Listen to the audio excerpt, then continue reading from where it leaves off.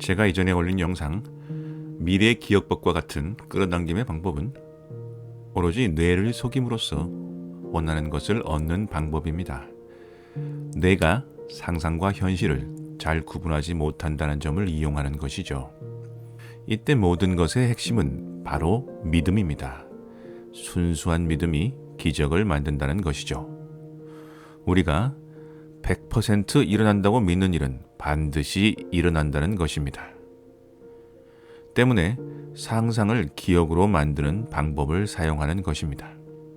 그런데 상상만으로 100%의 믿음을 가진다는 것이 말처럼 쉬운 일은 아니죠. 지속적인 반복과 노력이 필요합니다. 또 믿음이란 대단히 부서지기 쉬운 것이어서 아주 조그만 흠결에도 와르르 무너지고 맙니다. 이렇게 한번 무너진 믿음을 다시 복구하는 것은 더욱더 어렵습니다. 옛말에 이런 말이 있죠.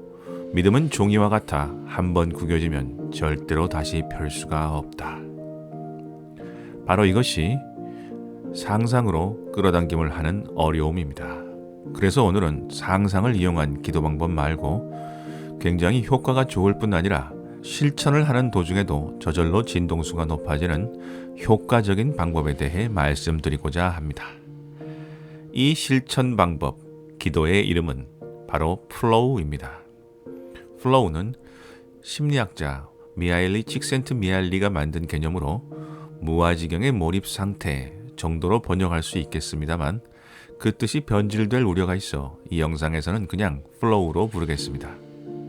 1990년 출간된 플로우, 최적 경험의 심리학이라는 책에서 칙센트미하일리는 플로우를 무아지경으로 지금 내가 하고 있는 일에 몰입한 상태로 정의하며 이는 강한 집중력을 통해 시간의 감각을 상실하고 우리가 경험할 수 있는 최상의 즐거움을 느끼는 순간이라고 정의합니다.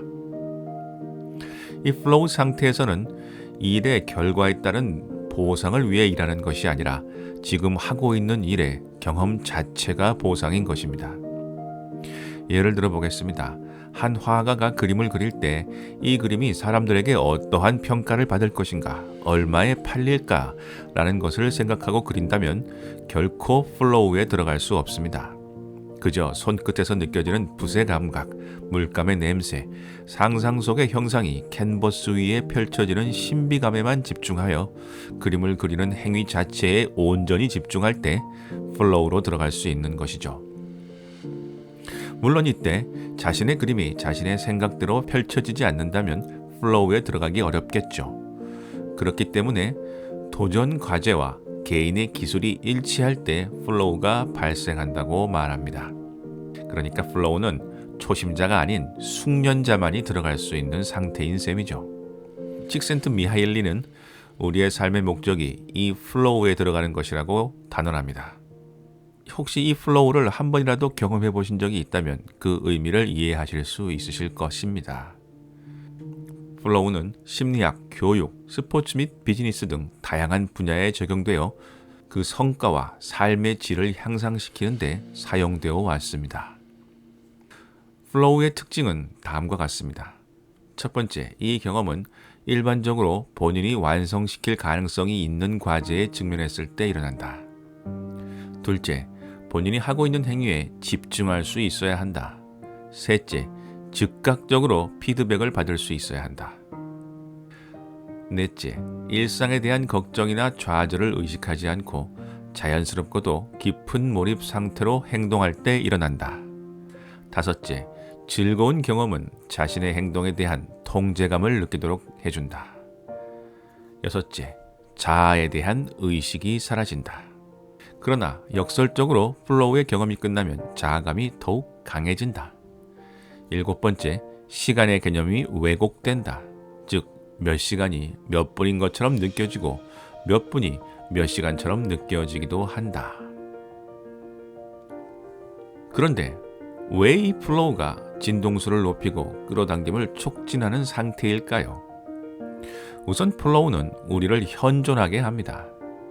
과거, 미래에 대한 생각을 잊고 오로지 지금 내가 하고 있는 일 자체에 집중하기 때문에 불안과 초조함, 후회가 끼어들 틈이 없습니다.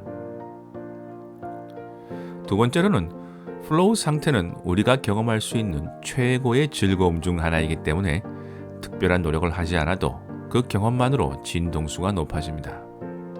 특히 플로우에 들어간 상태에서 하고 있는 그 행위 자체, 예를 들어 그림을 그리는 것, 그 행위 자체에 대한 진동수가 최대치로 올라가게 됩니다. 따라서 그림을 그리면서 플로우를 느낀다면 훨씬 더 좋은 그림을 그릴 수 있을 뿐만 아니라 화가로서의 명성은 더욱더 올라가게 되어 있는 것이죠. 미래 기억법과 가장 다른 점은 플로우는 행동 속에서 찾아온다는 것입니다. 물론 플로우를 명상 속에서도 찾을 수 있지만 칙센트미하일리가 이야기하는 플로우는 도전 과제에 대한 수행에 포커스가 맞춰져 있습니다. 그리고 그 도전 과제는 어떤 식으로든 항상 행동을 동반하죠.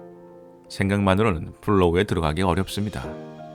때문에 플로우는 구체적이고 실천적인 끌어당김입니다.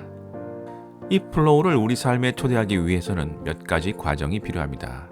첫째, 자신이 정말 좋아하는 일을 찾아야 합니다.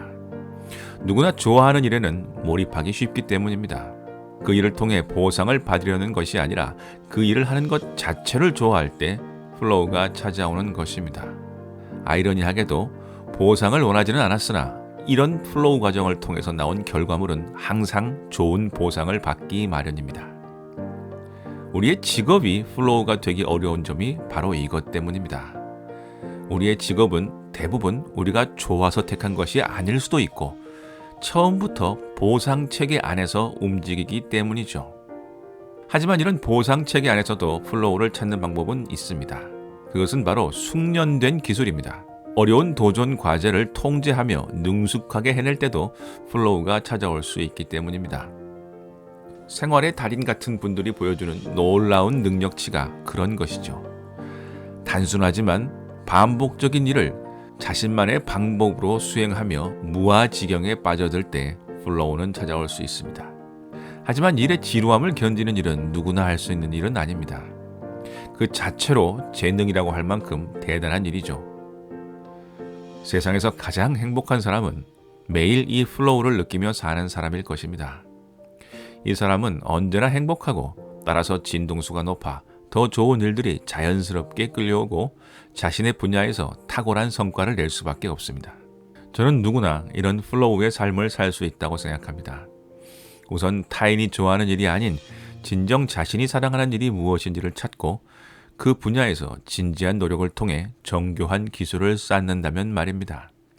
이런 상태가 되면 특별한 노력 없이도 그저 하루의 생업, 하루의 일상 속에서 자연스럽게 긍정적인 모든 것들을 끌어당길 수 있습니다.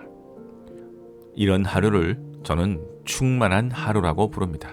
지금은 별이 된 블랙맘바 코비 브라이언트는 매일 새벽 4시에 일어나 자유투 1000개를 던졌다고 합니다. 그리고 틈만 나면 전설적인 농구 선수들을 찾아 기술을 배웠다고 하죠. 이미 최고의 경지에 오른 농구 선수이자 천문학적 돈을 번 그가 왜 이렇게 힘들게 살았을까요? 정답은 바로 그 일이 힘들지 않았기 때문입니다. 코비 브라이언트는 이런 고된 훈련을 통해 플로우에 들어갔기 때문이죠. 이상 코비 브라이언트를 추모하며 지당한이었습니다. 감사합니다.